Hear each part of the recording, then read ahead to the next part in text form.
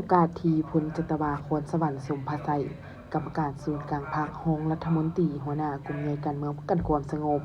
ได้มีคำเห็นโอลุ้มต่อกองประชุมสรุปเวียนงานประจำปี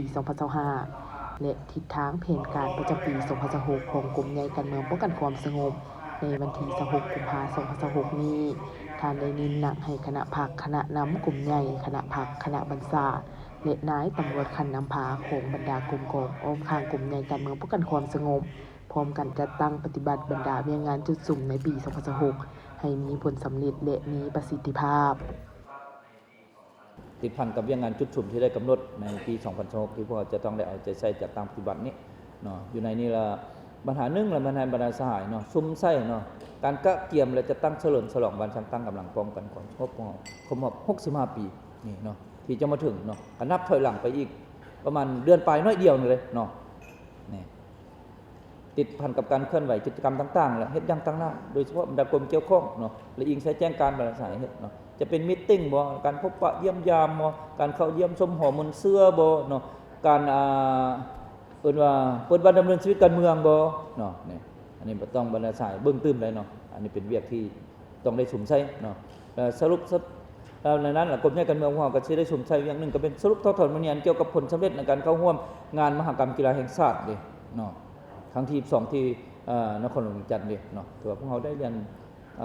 ว่าได้เรียนรางวัลต่างๆแล้วเนาะนับได้เหรียญคำเหรียญเงินเหรียญทองต่างๆพวกเราต้องได้เฮ็ดให้มันไว้เนาะตัวนี้เลยสรุปมาแล้วเนาะเงินคำกระทรวงก็ตอบสนองให้เลยเนาะอันนี้ก็ต้องได้เอาใจใส่บ่ยังให้มันเย็นโพดนะพวกเราจังมาย่องกันเนาะ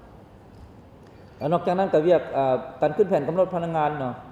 กำหนดตำแหน่งงานก็ให้สืบต่อเนาะตัวนี้ให้สืบต่อประเมินคืนหรือว่าจะได้ปรับปรุงนิติกรรมที่เกี่ยวข้องคืนไหมเนาะแล้วนอกจากนั้นก็ถือว่าก็ให้เอาใจใส่ในการเกี่ยมบ่จัดตั้งพิธีโดยว่าเกี่ยวกับการปรับปรุงจากการจัดตั้งเนาะตำแหน่งนำพาบัญชาขั้นสูงโดยเฉพาะกับเกี่ยมใส่บัญชาตั้งกำลังของเรานี่คือกันเนาะจะเป็นสั้นในพันโทลงรุ่มของเราแก้เป็นปกติเนาะภายใน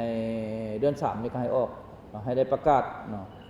ก่อนบัญชาตั้งกำลังก็ยิ่งดีหรือว่าหลังไปนิดนึงก็ยิ่งดีส่วนว่าชั้นใหญ่นี่ก็ได้เสนอไปหาส่วนกลางแล้วเนาะแต่เพิ่นสิตอบสนองได้เพียงใดก็รอท่าเบิ่งเนาะพอพวกเราบางเทื่อก็ได้หมดตามนั้นก็ดีบางเทื่อก็บ่ได้หมดเนาะหลายสายก็สิยินเข้ามัดแม่ก็โทรมาถามข้าพเจ้าก็โอ้บ่สามารถตอบได้เพราะต้องรอท่าเบิ่งแจ้งการรอท่าเบิ่งแจ้งตอบเนาะมันก็จะทำฮู้ใ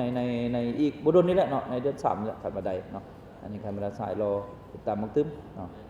รวมทั้งสู้ชนอยากให้บรรดาสายหัวหน้ากลุ่มน้อยเนี่ยเนาะได้ในพ้นเนาะแต่อยากได้คือข้าพเจ้าว่าต้นกฎหมายพวกเราก็ต้องได้เอาใจใส่เบิ่งตึ้มเนี่ยต้องได้ปรับเลยเนาะคันบ่มันก็สิต่อรองยากป้องกันยากนะมันว่าง่ายเนาะแล้วนอกจากนั้นพวกเราก็เร่งทวงที่สุดก็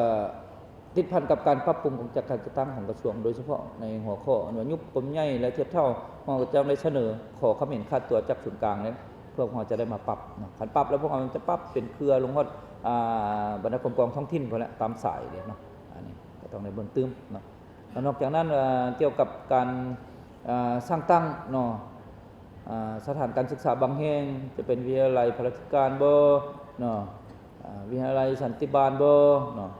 อยู่บุรีคำไซเนาะวิทยาลัยพละการอยู่ด้านซี่ก็เบื้องต้นอันนี้บรรดาสายเว้าแล้วเนาะทางกรมก่อสร้างก็เราจะใช้คืนนั่นแหละเบื้องต้นมาแล้วให้มันได้ตามแผนการระดับขั้นหมายที่กำหนดไว้นั่นแหละเนาะแล้วนอกจากนั้นแล้วกันในมอๆบรรดาสายก็สิได้ชุมใส่เนาะในการมอมหับใบยังยืน